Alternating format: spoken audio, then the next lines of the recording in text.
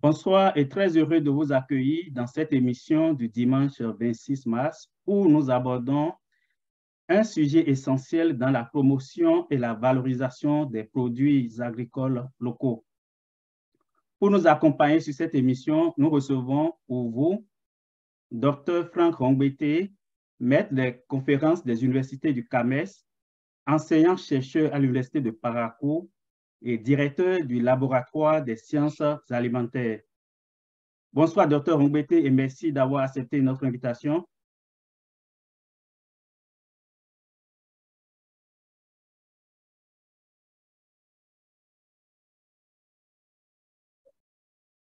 Merci, cher ami Jules Jossou. Bonsoir. Bonsoir à tous les interlocuteurs, à tous ceux qui nous suivent d'un peu partout dans le monde sur le sujet qui nous tient à cœur aujourd'hui, à savoir la valorisation des produits locaux. Merci beaucoup. Bonsoir aussi aux internautes qui sont déjà connectés, qui sont avec nous. Ils peuvent laisser leurs commentaires, leurs questions dans le fil de cette vidéo live. Commençons cette émission par faire comme un état des lieux. Quel est le niveau de valorisation des produits agricoles aujourd'hui et quelle est l'importance de valoriser ces produits, de les transformer, Dr Rongbete?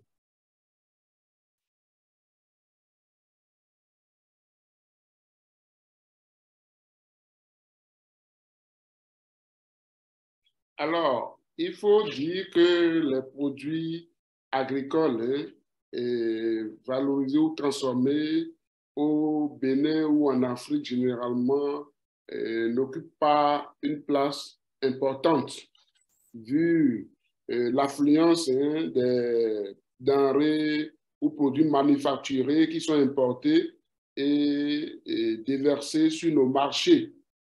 Et il faut dire également que cela dénote aussi un peu de la qualité de nos produits, de la présentation de nos produits et également de la méconnaissance de la valeur nutritionnelle de ces produits. L'Africain a tendance à croire que les produits venus d'ailleurs sont des produits de qualité. À beau mentir qui vient de loin, ne connaissant même pas dans quelles conditions les produits importés sont fabriqués. Et vous savez, des produits qui subissent un transport de longue durée, d'accord, doivent être conservés avec des additifs, d'accord, chimiques, et qui affectent la santé du consommateur final. Et si nos consommateurs dans nos pays africains savent bien que nos produits ont une certaine valeur, ils allaient beaucoup plus s'adonner à ces produits. Il y a un besoin de travailler sur nos produits, de faire connaître ces produits en vue de les faire adopter et de mieux les valoriser. Est-ce que vous voyez? Donc, on peut dire que la valorisation, c'est à peine 10% ou 20% pour le meilleur des cas dans nos pays et pour la valorisation de nos produits. On est dépendant, par exemple, des céréales, des produits comme le blé, à base de blé, des produits fabriqués à base de jus de fruits. Ce n'est pas des produits, des purs jus de fruits. Est-ce que vous voyez des biscuits importés avec tout ce qui a comme conséquence associée à la consommation de ces produits. Et généralement, c'est des produits de moindre valeur qui sont envoyés dans la zone monétaire CFA, parce que notre devise aussi n'arrive pas à concurrencer les autres. Voilà un peu. Il y a également des problèmes liés à la présentation, à l'emballage et au manque d'organisation des acteurs, à la maîtrise des circuits de distribution. Tout ça là affecte vraiment la valorisation, d'accord, de nos produits. Il faut dire aussi que nous sommes les seuls à ne pas savoir que nous sommes bénis de Dieu, d'accord? En Afrique, nos terres sont riches, sont productifs. Il y a des zones où on n'a même pas besoin d'intrants agricoles, de pesticides, d'insecticides pour produire. Malheureusement, on préfère les produits manufacturés qui envahissent nos marchés et qui sont parfois à moindre coût. parce que nous n'avons pas encore maîtrisé les technologies pour mieux valoriser nos produits. Et nos politiques aussi, il n'y a pas de plaidoyer à l'endroit de nos politiques pour inciter à l'amélioration, à la valorisation des produits locaux. Donc, cela fait que ces produits sont consommés et, à des valeurs très basses. Je donne un exemple. Hein.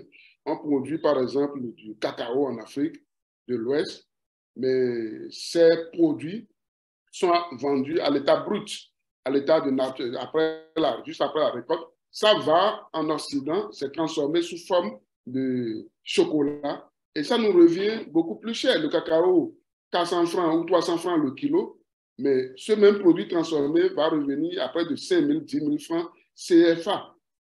Quelle technologie les gens ont appliquée pour que ça prenne autant de valeur? Et on s'afflue vers ces produits et ça fait une sortie importante de devises, ce qui nous appauvrit davantage. Et cela pose un problème. On peut valoriser. Vous prenez le cajou, le noix de cajou, qui est sous-valorisé. C'est vendu à l'état brut.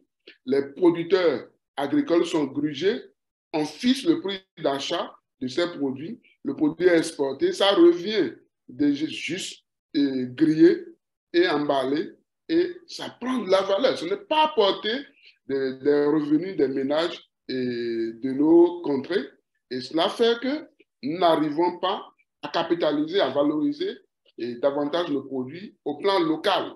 Est-ce que vous voyez? Donc, on a ces creuset-là qu'il faut chercher à combler. Et la recherche doit jouer un grand rôle, d'accord, à ce niveau-là, pour permettre une meilleure valorisation de nos produits et permettre à tous les acteurs, les producteurs, les transformateurs, les commerçants et les politiques à profiter des mannes, des efforts fournis par ces différents acteurs-là. Donc, il y a un problème organisationnel également qu'il faut aborder, d'accord? Et il faut un dialogue entre les différents acteurs impliqués. C'est très important, ce besoin existe. Il y a d'autres secteurs aussi, d'autres domaines où il faut vraiment parler de la présentation de nos produits et de comment mieux valoriser nos matières premières. Voilà ce que je peux dire. L'ananas, c'est pareil, le cajou, les mangues, les fruits. On aura le temps de revenir sur chacun de ces différentes spéculations pour voir à quel niveau on peut travailler pour mieux valoriser ces produits-là. On a beaucoup de potentiel en Afrique, notamment au Bénin. Je voudrais vous remercier pour cette petite introduction. Ok, je retiens de cette introduction que on peut dire les producteurs ou bien les entrepreneurs agricoles ne font pas une bonne promotion pour faire connaître les valeurs nutritives de leurs produits, ce qui fait peut-être que les consommateurs ne s'y intéressent pas vraiment.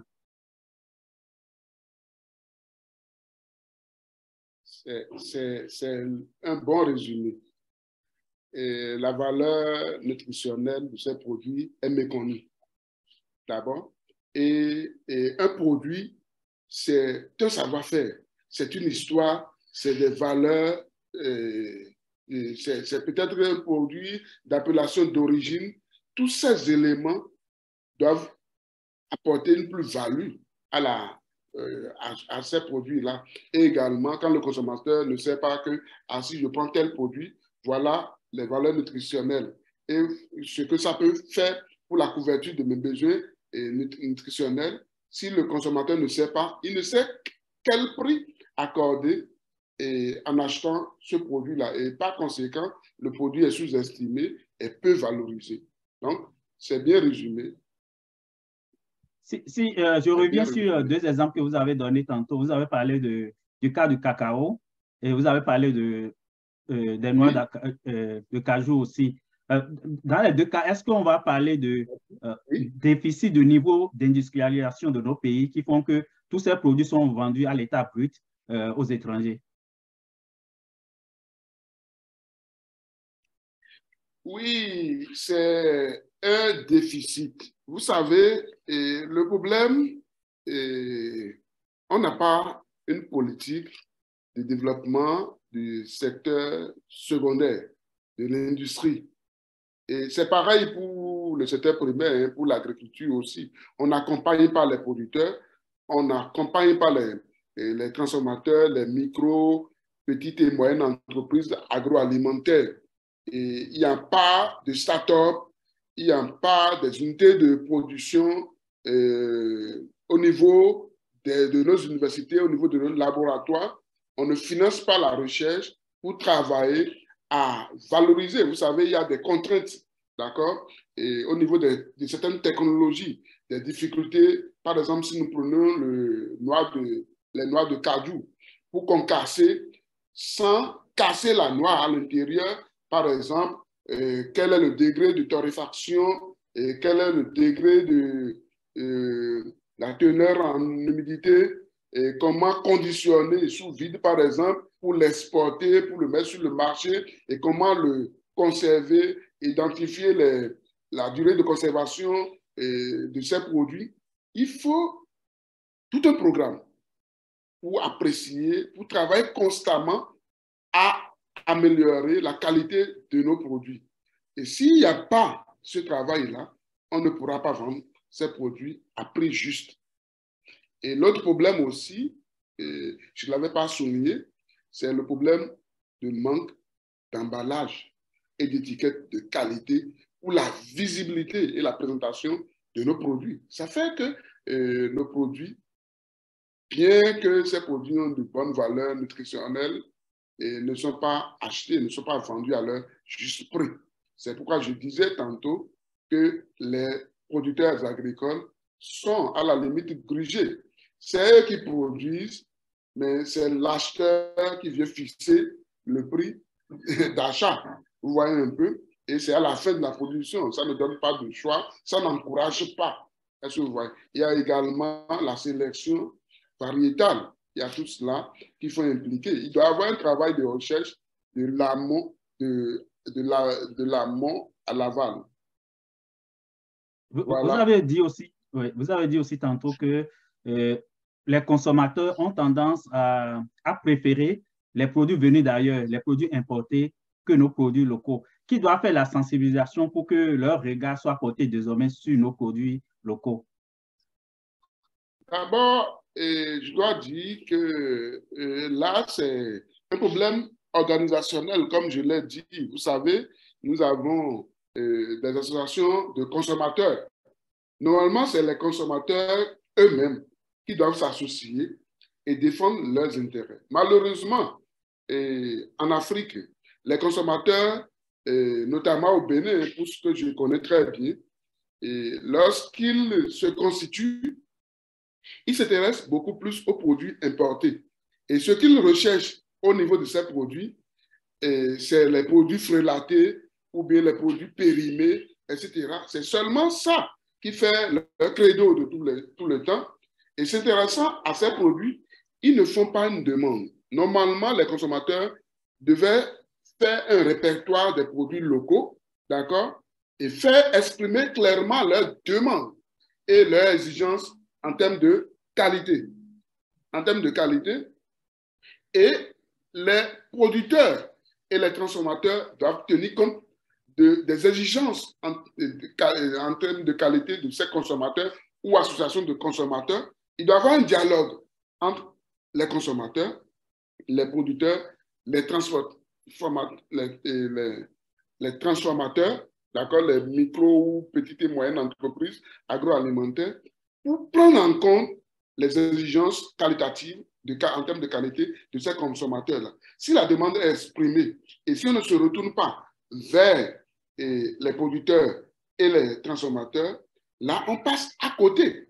On s'occupe juste de surveiller les produits importés et de voir s'il n'y a pas de produits frélatés. Et ça n'encourage pas à améliorer la qualité de nos produits locaux, à mieux connaître quels sont les besoins de ces consommateurs-là. C'est d'abord les consommateurs, c'est d'abord et c'est également les politiques qui doivent donner les moyens pour accompagner les producteurs et les transformateurs pour, par exemple, limiter les contraintes liées à la production et aux opérations technologiques de transformation.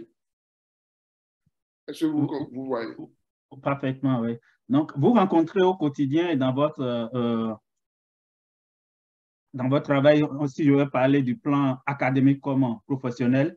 Vous rencontrez des entrepreneurs agricoles ou des producteurs qui font face à divers défis. Sur le plan de la transformation, quels sont les grands défis auxquels ils font face aujourd'hui au Bénin?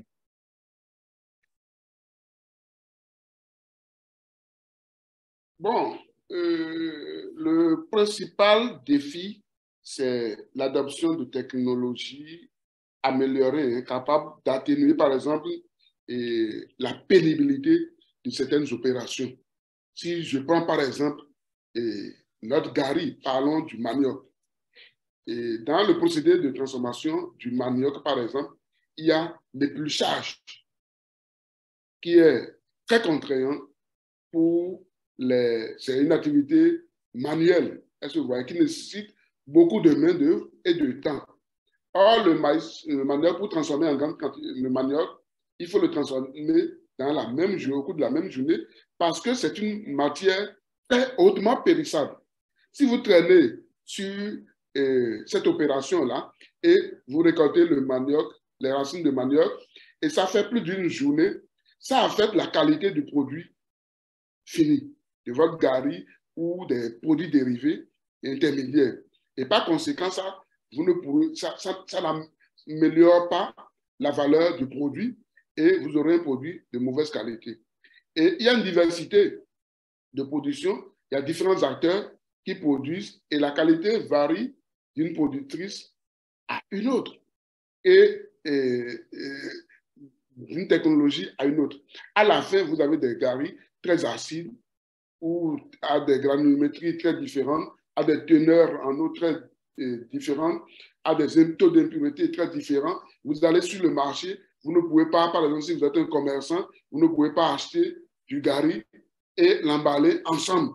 Vous aurez une qualité diversifiée, variée, qui ne sera pas appréciée du consommateur. Certains veulent, par exemple, du gari à délayer, d'autres veulent du gari pour faire du eba, d'autres veulent du gari pour le mélanger aux céréales et faire de la pâte. Et tout ça n'a pas les mêmes qualités, les mêmes caractéristiques. Mais sur le marché, du fait de cette contrainte seulement liée à la pénibilité du travail et au caractère périssable de la matière première, il faut forcément mettre au point des technologies adaptées qui facilitent, qui atténuent ces contraintes de pénibilité, de l'épluchage par exemple, et au niveau des autres opérations également. La cuisson qui exige beaucoup d'énergie, il faut trouver des moyens, des foyers adaptés pour pouvoir faire la torréfication du gari et avoir un produit standard. Il faut standardiser la fabrication, par exemple, et pouvoir proposer sur le marché un produit de qualité. Et quand le consommateur revient une autre fois, il a accès au produit typique, d'accord? Un produit de terroir, un produit qui a une appellation d'origine qu'on peut facilement exporter avec des caractéristiques bien déterminées. OK. Parlons maintenant de quelques produits, que ce soit les tubercules, les fruits, récoltés dans nos forêts et autres. Si je regarde par exemple les fruits de baobab, est-ce que dans cette catégorie, on a des produits qui sont mieux valorisés aujourd'hui au Bénin? Et il faut dire que, comme j'ai dit, il y a des produits, vous avez cité l'exemple du baobab par exemple, qui est un produit très riche en minéraux et en vitamines et qui est de loin, qui a une valeur nutritionnelle supérieure à celle du lait, mais malheureusement sous-valorisée.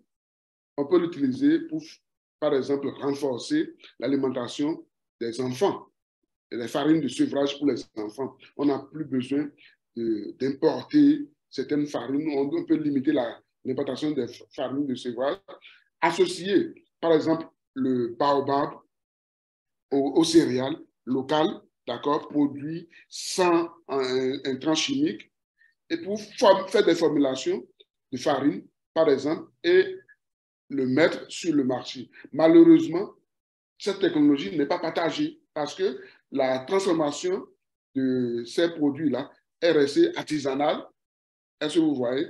Et c'est un secteur qui est envahi par les non-spécialistes, des gens qui n'ont pas reçu une formation en bonne pratique de fabrication, en bonne pratique d'hygiène, d'accord, des concepteurs d'emballage, des designers, etc.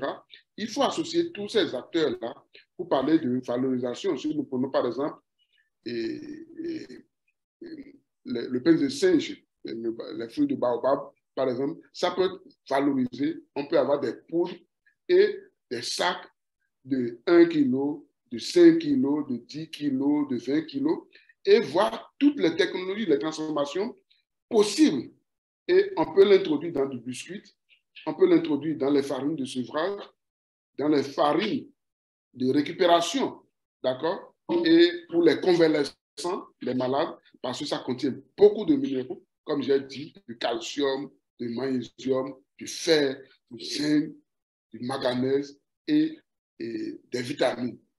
Donc, c'est des produits très nourrissants pour récupérer et pour accompagner les enfants lors de leur sevrage. Et c'est très capital de valoriser cela. Malheureusement, le niveau actuel de valorisation n'est pas encore celui qu'on attend. Ce qu'on constate aussi souvent, c'est les pertes post-récolte. Souvent, quand on arrive à la saison des mangues ou d'autres fruits, on constate que les producteurs, on peut parler aussi des tomates aussi, que les producteurs ont du mal. Par exemple, on prend le panier de tomates qui est vendu à 2500 francs. Le même panier de tomates peut être vendu après 2 ou 3 semaines à 500 francs ou bien à 300 francs CFA. Dans ce domaine-là, qu'est-ce qui est fait actuellement pour pouvoir lever progressivement ces contraintes que nos producteurs rencontrent? Alors, le problème à ce niveau, il faut sensibiliser les acteurs. C'est vrai, ce que vous soulignez, c'est un problème récurrent. Vous savez, ces fruits sont saisonniers. Et à la période de récolte, il y a de l'abondance. Et dans les marchés, parfois, il y a de la mévente. Les fruits sont même jetés aux abords des marchés, des rues abandonnées, dans des paniers, et ça pourrit, malheureusement. Alors que nous avons développé des technologies aujourd'hui de conservation des tomates, où en période d'abondance, on peut simplement procéder à la stérilisation, à la pasteurisation, d'accord, à la cuisson de ces tomates et à l'emballage dans des bocaux, d'accord, fermés hermétiquement. Et on n'a plus besoin de réfrigération ou de conservation par les procédés de froid pour conserver. Même à température ambiante, on peut garder ces tomates-là. Et dans les périodes de rareté où ces produits coûtent cher, on peut en disposer ou le vendre. Mais le vrai problème pour la tomate, par exemple, les gens préfèrent des tomates en boîte, des conserves de tomates, entre guillemets. Mais la matière première là-bas, ce n'est pas de la tomate, c'est des colorants, c'est des additifs, c'est tout un mélange que les gens prennent parce qu'il y a une concurrence. Le vrai problème, comme je vous ai dit, il y a un problème d'emballage. Si vous transformez, vous n'avez pas l'emballage adéquat.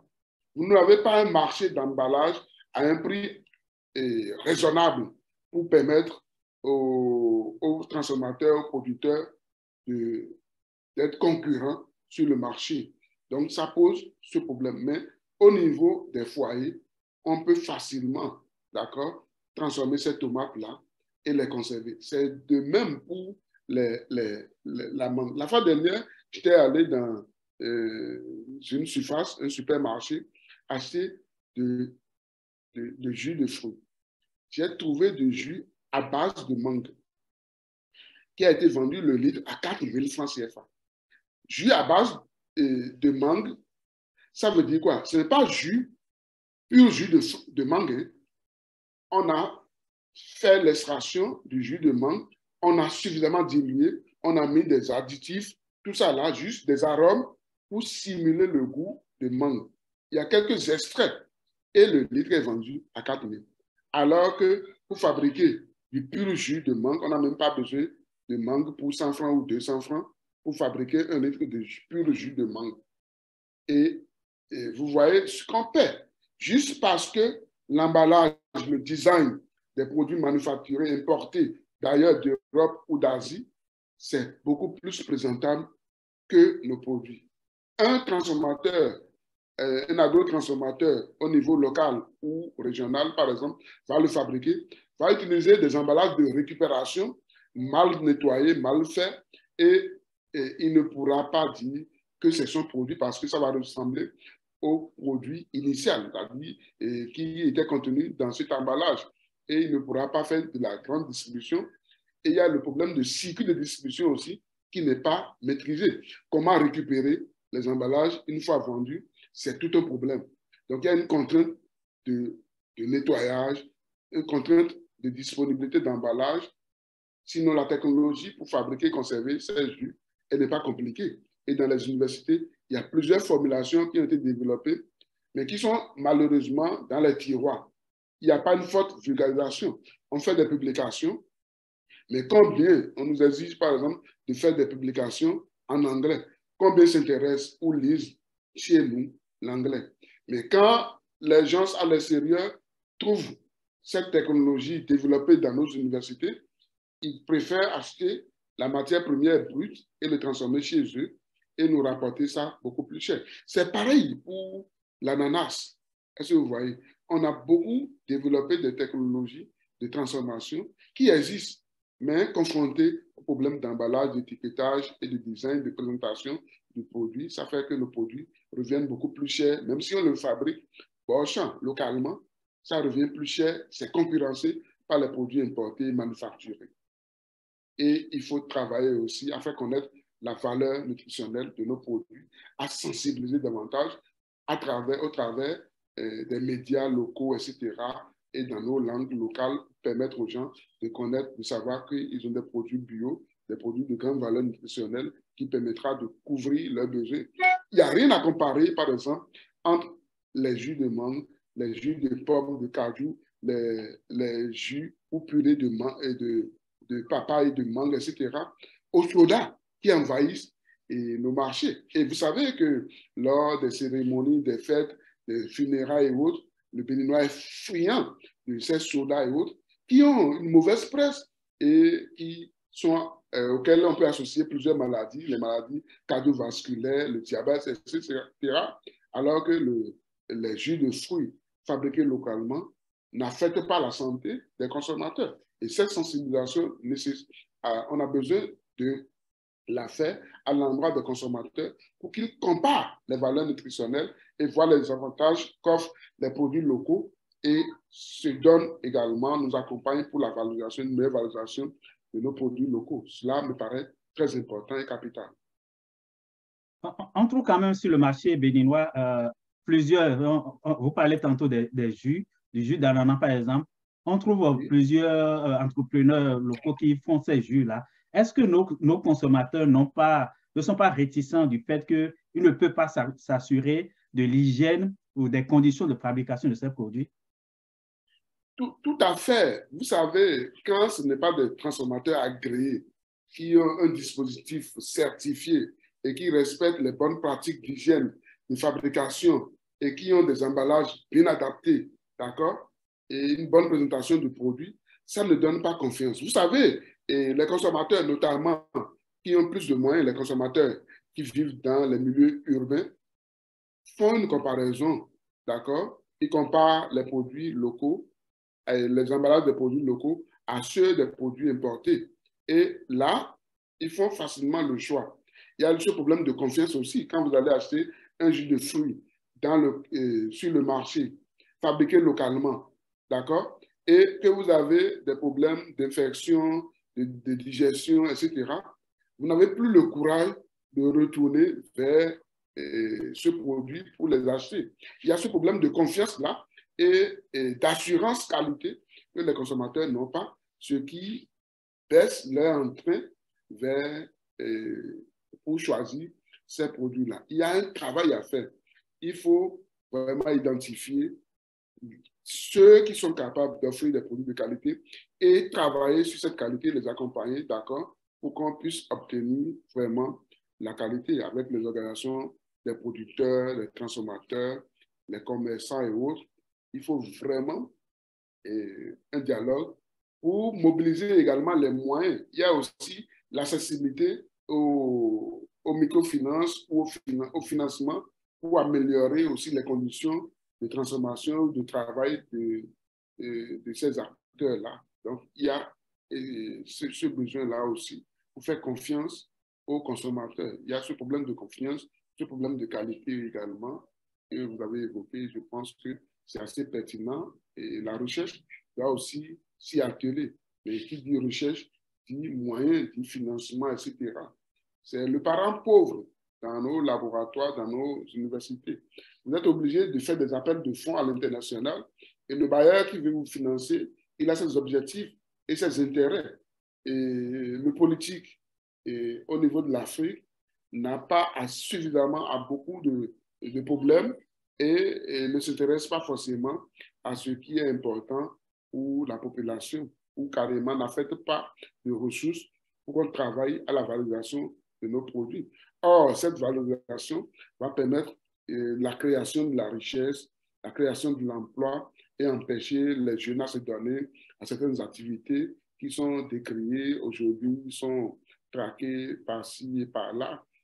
Par exemple, donc, il faut forcément que l'État pense à mettre les moyens pour accompagner les chercheurs et les différents acteurs pour qu'on puisse mettre et apporter la valeur sur ces produits-là et les rendre plus visibles, plus disponibles et améliorer leur qualité. Et voilà. Je vais juste partager un petit commentaire avec vous. C'est M. Hakim Latifou qui dit ceci: très bonne émission à encourager. Oui.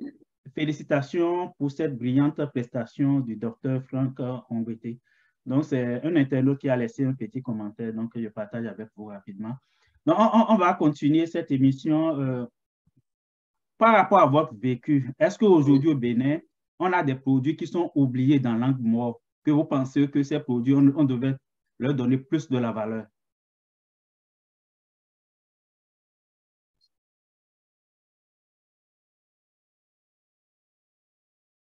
Oui, oui, il y a beaucoup de produits qui sont oubliés. Hein. Vous prenez par exemple, prenons nos céréales. Vous savez, nous avons des céréales de bonne valeur nutritionnelle. Hein. On peut par exemple, à partir de nos céréales, faire de la bière. Vous connaissez le tchoukoutou? Bien sûr, oui. Vous connaissez le tchapalo? Aussi, oui. Ah, le tchapalo, c'est une bière locale très développée dans le sud du Bénin, notamment à Dassa, par exemple, et très appréciée des consommateurs. Mais malheureusement, ce n'est pas encore mis sous emballage avec des étiquettes et autres. Ce n'est pas comparable aux bières que nous avons ailleurs. Si nous valorisons ce tchapalo et nous le mettons dans le circuit de distribution avec un bon emballage, une bonne étiquette, vous voyez ce que ça peut apporter? Le Béninois aime les fêtes. Le Béninois consomme de la bière. Le Béninois consomme de choses là. Et c'est des produits de terroir qu'on peut vendre. Les gens vendent du champagne à des prix très élevés. Ce n'est pas forcément que le champagne coûterait cela. C'est parce qu'on a su tracer une histoire et on a associé ça à un terroir au savoir-faire de cette localité-là que le champagne a pris de la valeur. Nous avons notre vin de palme, par exemple, qu'on peut valoriser. C'est de l'alcool, c'est du vin qu'on peut valoriser. Et on connaît son origine, son histoire, le savoir-faire. Donc tout ça là peut être valorisé. Notre sodabi, notre liqueur, le vrai, je vais parler du vrai.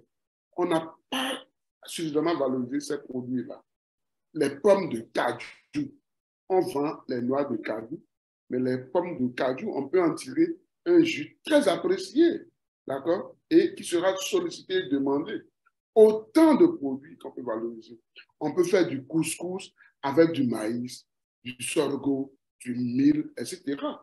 Et vous connaissez le wassa-wassa, le dambou, le yeke-yeke, etc. C'est un produit du terroir qu'on peut valoriser, déshydrater. Vous savez bien que dans nos laboratoires, nous avons mis au point le harpli en sachet, qui se trouve aujourd'hui dans le commerce, qui est pris comme petit déjeuner, etc., ou bien comme goûter dans l'après-midi, et qui est bien valorisé. On peut faire la formulation et avoir du mawe séché qu'on va garder pour préparer la cassa, pour faire de la bouillie. On peut fabriquer, formuler des farines. On peut faire du biscuit avec nos céréales, avec de l'arachide ou des grises de cajou, par exemple, et facilement bien les emballer. Il y a des clés qu'on fait au Bénin, qu'on peut valoriser et les mettre dans des emballages avec de jolies étiquettes et mieux les valoriser, d'accord? Et là, on verra que nos produits, on est vraiment dans une zone bénie. L'Afrique, c'est le jardin d'Éden, mais les Africains ont les yeux ailleurs, leur tête ailleurs, et ils ont le regard tourné vers l'Occident, alors qu'on n'a pas besoin, normalement, la guerre en Ukraine et entre l'Ukraine et la Russie ne devait pas affecter notre quotidien, notre alimentation. Et malheureusement, nous sommes dépendants des produits, des huiles importées, et de la farine de blé, de tous les produits associés. Et ça fait qu'on ne sait pas que les produits céréales complets, tout ça là, se trouve en Afrique. On peut faire de la panification avec des farines de manioc, d'accord, produits en une seule journée. Et tout ça est sous-valorisé. Et autant d'exemples qu'on peut citer, on n'en finirait pas. Hein. Donc, voilà un peu ce que je peux dire. Nous avons tellement de choses. Nous avons par exemple des champignons qu'on peut récolter ou produire, récolter dans nos forêts ou produire, les déshydrater, les sécher et les reconstituer dans différentes recettes. Et pour le truc, tout le monde connaît le bien nutritionnel, le bien fondé nutritionnel, tout ce que je viens de citer. Voilà un peu des produits, autant de produits que je pense qu'on peut valoriser et à partir de la richesse de l'emploi, d'accord, à nos jeunes. Juste une petite précision, le message que j'ai lu tantôt, ça venait du docteur Hakim Belko Latifou.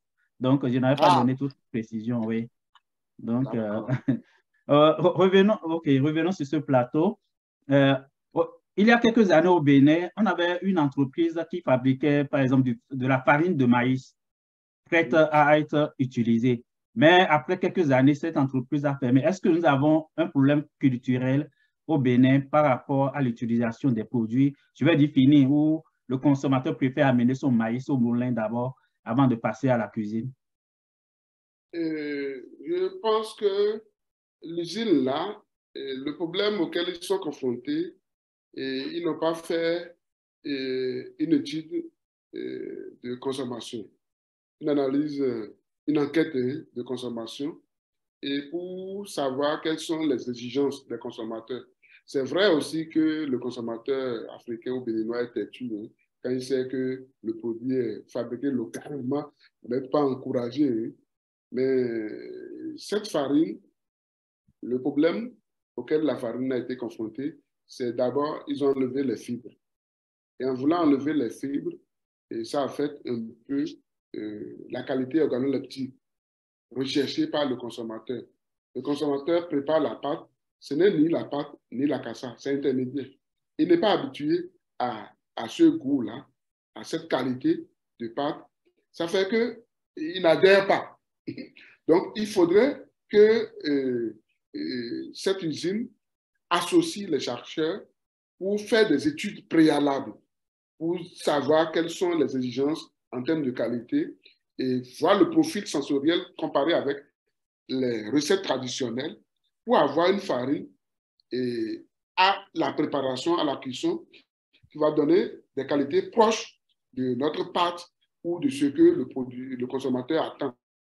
Et ça va pérenniser l'activité du producteur. Il ne faut pas aller copier la technologie en Occident et venir juste produire. Quand ils veulent décortiquer le maïs, ça enlève aussi les gènes. Maintenant, l'autre problème aussi, quand on produit la farine entière, il faut savoir la durée de conservation. Sinon, ça peut rancir. Et le rancissement va donner un goût vraiment qui n'est pas très apprécié du consommateur. C'est des farines qu'il faut couler très rapidement ou carrément trouver des alternatives pour éviter ce rancissement-là, ce phénomène de rance.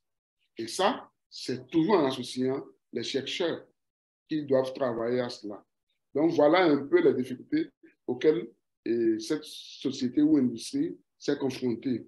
Ils ont décortiqué et la qualité de la farine n'est pas similaire à celle attendue par les consommateurs locaux. OK, merci beaucoup. Juste une question que je vais partager avec vous. Je lis tel quel.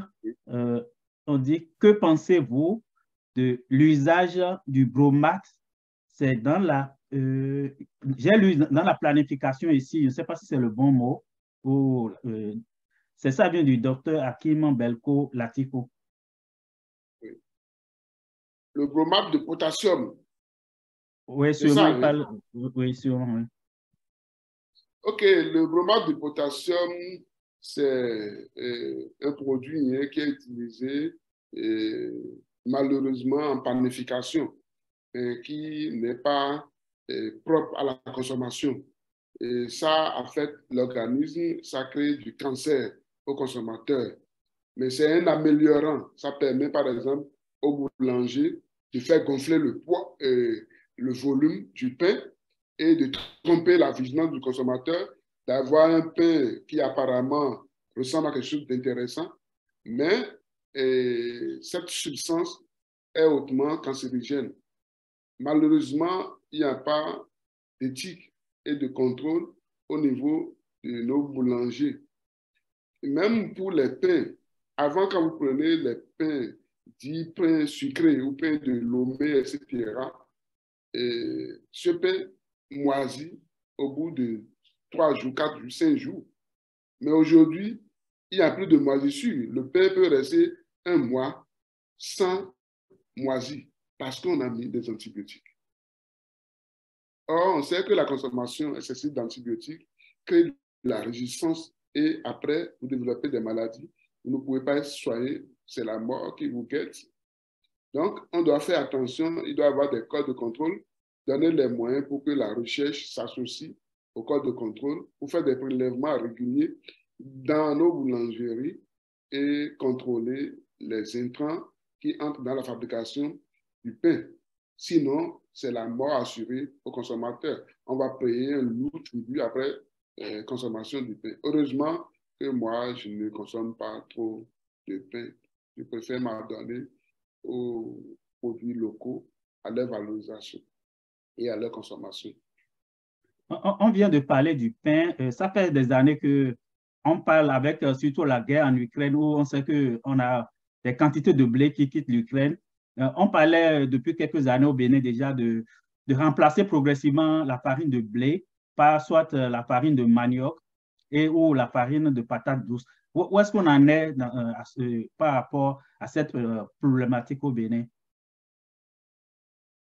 Oui, le problème, c'est ce qu'on dit. Les acteurs, il doit y avoir une synergie d'action entre les acteurs, les producteurs, les importateurs, les commerçants et les transformateurs, les boulangers, etc.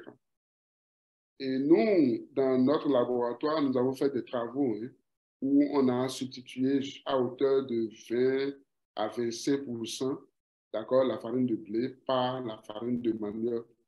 On a également utilisé la farine de substituer avec la farine de patate douce, par exemple.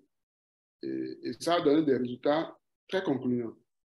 Malheureusement, l'adoption, les boulangers, les consommateurs ne l'ont pas adopté parce qu'il n'y a pas cette organisation, d'accord, et ce dialogue entre les acteurs pour la demande, exprimer leur demande aux producteurs de manioc.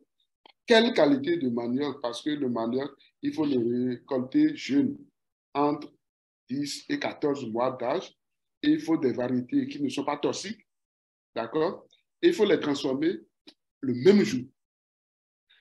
Vous épluchez, vous râpez, vous pressez et vous séchez. Et au soir, au coucher du soleil, vous avez de la farine et c'est cette farine qui est panifiable. Ce n'est pas la farine qui est transformée en 48 heures ou 72 heures où on sèche, on ressèche, on fait cela. Non, ça ne donne pas une bonne qualité dans la panification, pour la fabrication du pain. Maintenant, cette technologie a été mise au point au niveau du labo, mais il reste la phase de vulgarisation. et une synergie entre les acteurs que je viens de citer tantôt.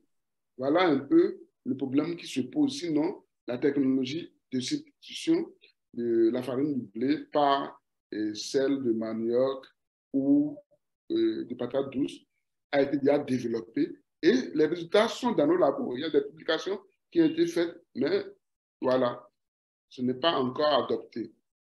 Et c'est un problème. Et ça fait perdre beaucoup de devises. Or, en achetant la farine de manioc, la farine de patates douces développées par des technologues alimentaires, je dis bien par des technologues alimentaires qui maîtrisent les règles d'hygiène et les bonnes pratiques de fabrication. Si on s'associe, on s'adresse à ces acteurs-là, on aurait de farine de qualité et un pain vraiment de bonne qualité qui valorise mieux nos produits locaux. Merci beaucoup. Nous avons fait le tour de la question par rapport à la valorisation des produits locaux, les défis que les producteurs rencontrent et puis ce qu'il faut faire pour pouvoir mieux valoriser leur production ou les produits qui ont été transformés. Donc, Dr. Ongwete, votre mot de fin pour cette émission. Et mon mot de fin, c'est un appel, d'accord, à tous les acteurs. D'accord, il faudrait qu'il y ait vraiment au niveau des interprofessions, des professionnels du secteur agricole, les paysans, qui se mettent ensemble pour faciliter l'approvisionnement au travers d'accords entre ces acteurs-là, d'accord, et également